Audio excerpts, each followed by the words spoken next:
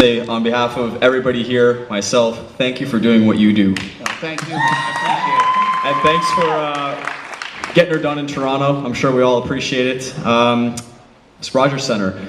I hear some rumors you guys are going to be like utilizing the space, like transforming it into like the Roman Colosseum feel, like in the intro.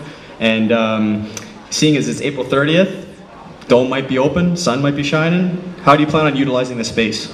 You actually know more about the live event we're putting on than I do. We actually don't know what we're doing yet. We got to get in there and we got to figure it out. But yeah, I don't know about that. Who knows? Maybe that's a possibility. I don't know. Well, you know more about the live event than both of us combined, so... Will you be using the whole dome, like try to sell out the whole capacity, like 65,000, like kind of go over the WWE? We don't know. We don't know how we're going to do this thing. Got to get in there. I got to get in there with my guys. You know, if you guys watch my blogs, you know Timberlake on there, right? Craig, we're sorry. He's got to come in here, do a walk through this place, and we got to figure out how we're going to do it. For sure. When do tickets go on sale? Any idea? Around New Year's. Perfect. Thank you. Thank you.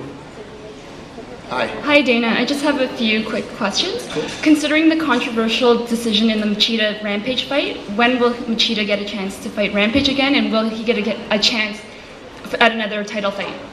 Yeah, I think to be honest with you, the only controversy in that fight was with Rampage. Okay, Rampage was, you know, he thought he lost the fight. I personally scored that fight for Rampage. Thought he won 2 of the 3 rounds, and you know, we're not looking to put together a rematch between those two. As far as Machida's next fight, Machida called us, you know, right after that fight and said, "I'll fight again tomorrow. I'm ready to go. I want to fight again." So expect to see Machida fighting soon. I have a last question. Okay, so today I brought with me my Dana White figure. Will you be signing autographs after the session? Bring it up here. I'll do it now. Do you have a pen? Thank you. I don't. You do? Okay, how do you have a silver? Okay, come on up.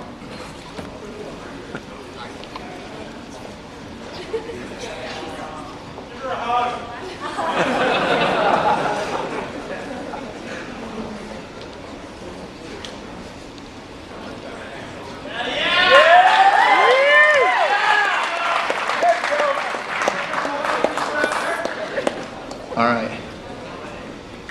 Hey, my man, what's up? Hey, Dan, I just want to thank you for being down to earth. You know, you're no Bob Goodnow or David Stern. You know, you actually come here and you talk to us. You know, you take care of the fans. I know you've taken care of me, and I want to thank you. Thank you, bro. And Montreal's going to be my 7th UFC event. My wife hates you. Thank you. I appreciate it, man. Tell your wife I'm sorry. Hey Dana, how's it going, Tom? Good. A couple questions. What do you think of Chael Sonnen's recent appeal and how that went? Yeah, it was interesting how that whole thing was going to go down. You know, I think that there's a lot of problems right now with these athletic commissions, and I feel like we're not getting the respect that boxing got.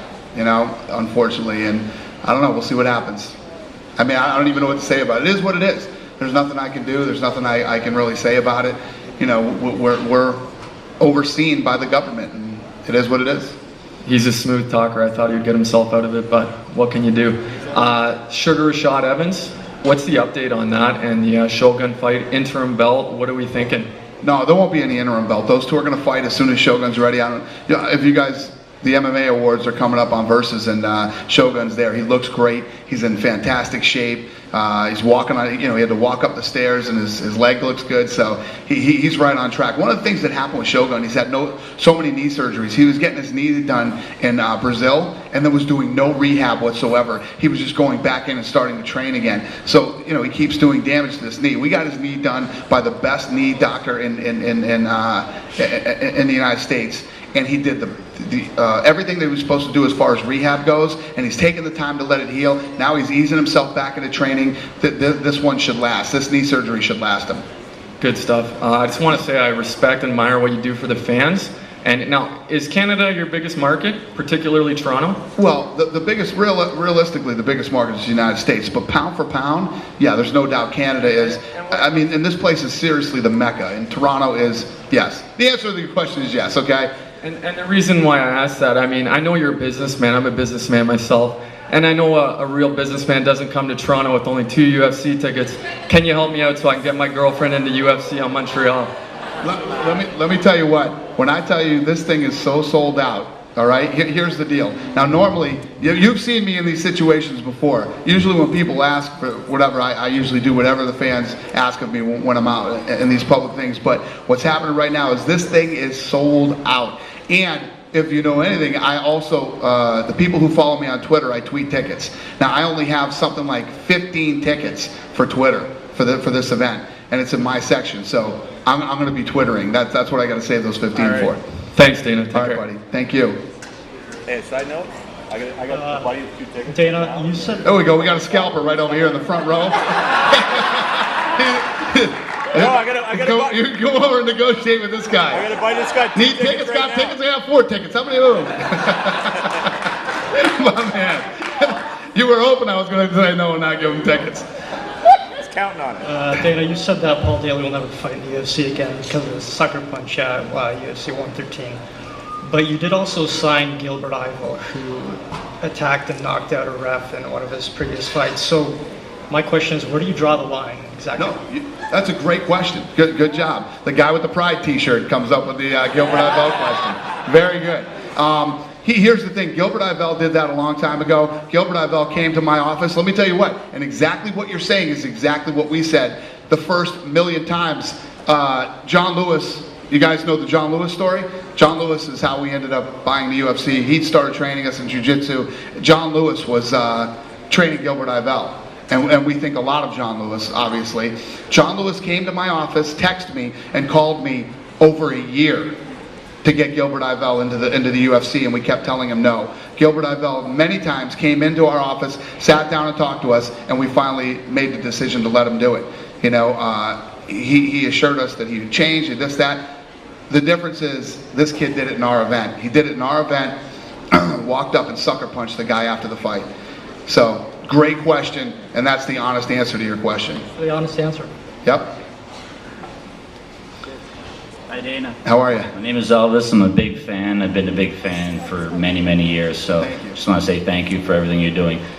3 questions, very easy though. First one, what belt are you in Jiu-Jitsu? I know you've been training for a I'm long a white time. belt. Trust me. I'm a very white belt. Oh, okay. I would think, yeah, closer to black, but that's okay. Second question is, this is you only have one chance to make a first impression. And in Toronto, at the Rogers Centre, the biggest pound for pound market, you really have to do everything possible. And I'm thinking, 2 title fights, plus Vanderlei, plus whoever else. Jesus. Do you?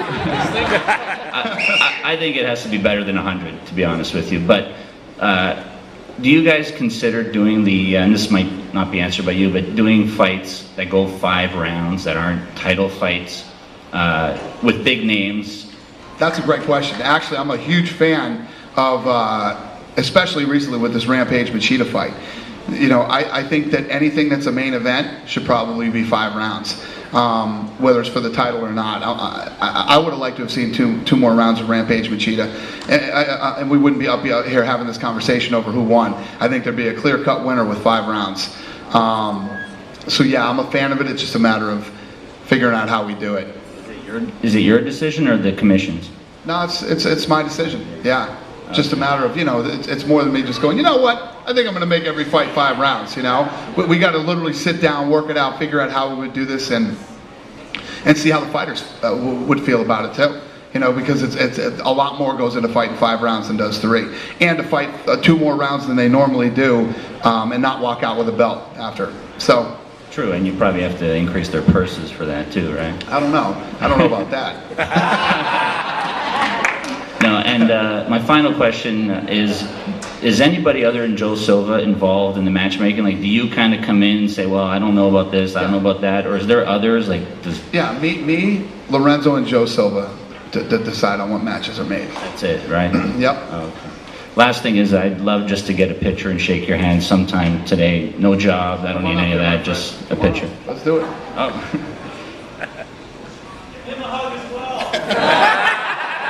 I think while this is happening, we've got an autograph session over at Real Sports. Dana said he's going to